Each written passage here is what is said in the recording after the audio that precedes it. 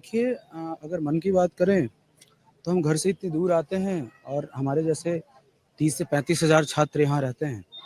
तो जब हम घर से दूर आते हैं और पढ़ाई करते हैं, ग्रेजुएट होते हैं, चाहे किसी भी सब्जेक्ट से हों, तो हमारा सबसे पहला फ़ोकस होता है कि हम कम से कम समय में कैसे अपने माता-पिता के कष्टों को दूर कर सकें।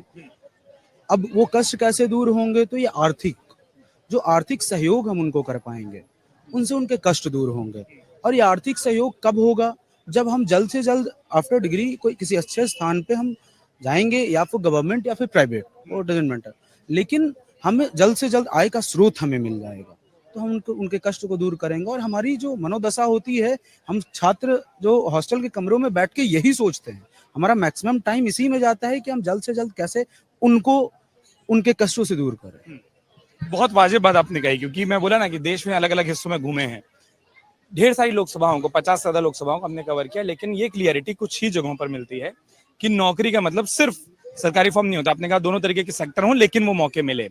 चुनौतियां या मुद्दे युवाओं के हिस्से के क्या दिखाई दे रहे हैं?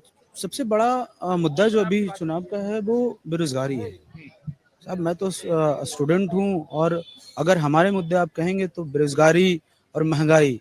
युवा तो चाहते हैं कि जैसे मैं महाराष्ट्र से आ रहा हूँ, 1400 किलोमीटर से आ रहा हूँ, इतनी दूरी से क्यों मैं कि मुझे रोजगार मिले, डिग्री के बाद हो या पोस्ट ग्रेजुएशन के बाद, तो डिग्री मिले मुझे और मुझे एक अच्छी रोजगार मिले। लेकिन जब मुझे रोजगार ही नहीं मिलेगा तो इतने दूर 1400 किलोमीटर दूर आके पढ़ने का क्या फायदा है। तो युवा चाहता है कि हमें रोजगार मिले।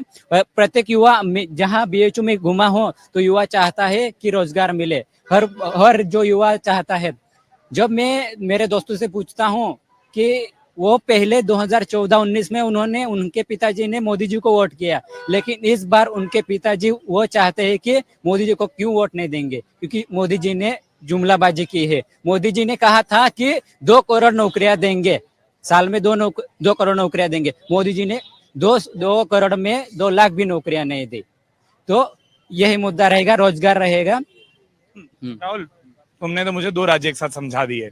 यहाँ की तो बात हो ही गई, महाराष्ट्र भी समझा दिया।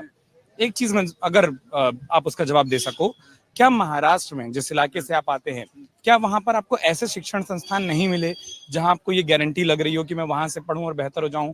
कि आप वही जो आपने कहा 1400 किलोमीटर की दूरी तय की है, मैं थोड़ा सा आपसे ना महाराष्ट्र भी समझ लेना चाहता हूँ खड़े खड़े। देखिए, मेरे जिला की बात की तो वहाँ सीबीएसई पैटर्न की स्कूल नहीं है, यूनिवर्सिटी नहीं है, वहाँ सिर्फ स्टेट बोर्ड के है। वहाँ मैं 10वीं तक मुझे इंग्लिश क्या होता है वो मुझे पता नहीं। ऐसी स्थिति हमारे जिले है, नंदुरबार जिले में। और महाराष्ट्र की बात की सिर्फ एक यूनिवर्सिटी अच्छी है, पुणे यूनिवर्सिटी, लेकिन वहाँ वो थोड़ा हम एफोर्ड नहीं कर सकते क्योंकि हम किसान फैमिली से आते हैं और हम गरीब है फैमिली से, इसलिए हम वहाँ एफोर्ड नहीं कर सकते क्योंकि वहाँ महीने में 10,000 रुपए लगते हैं। तो ये ठीक है, मतलब वही मैं पूछना चाह रहा था कि अभी भी ऐसे जिले इस देश में मौजूद हैं जहां से बच्चों को शिक्षा के लिए इतनी दूरी तय करनी पड़े। एग्जिट पोल 2024 1 जून शाम 6 बजे से, लोकसभा चुनाव के नतीजे 4 जून सुबह 7 बजे से। देखिए चुनाव नतीजों से जुड़ी हर खबर सबसे पहले, सबसे सटीक, केवल अमर उजाला पर, amarujala.com।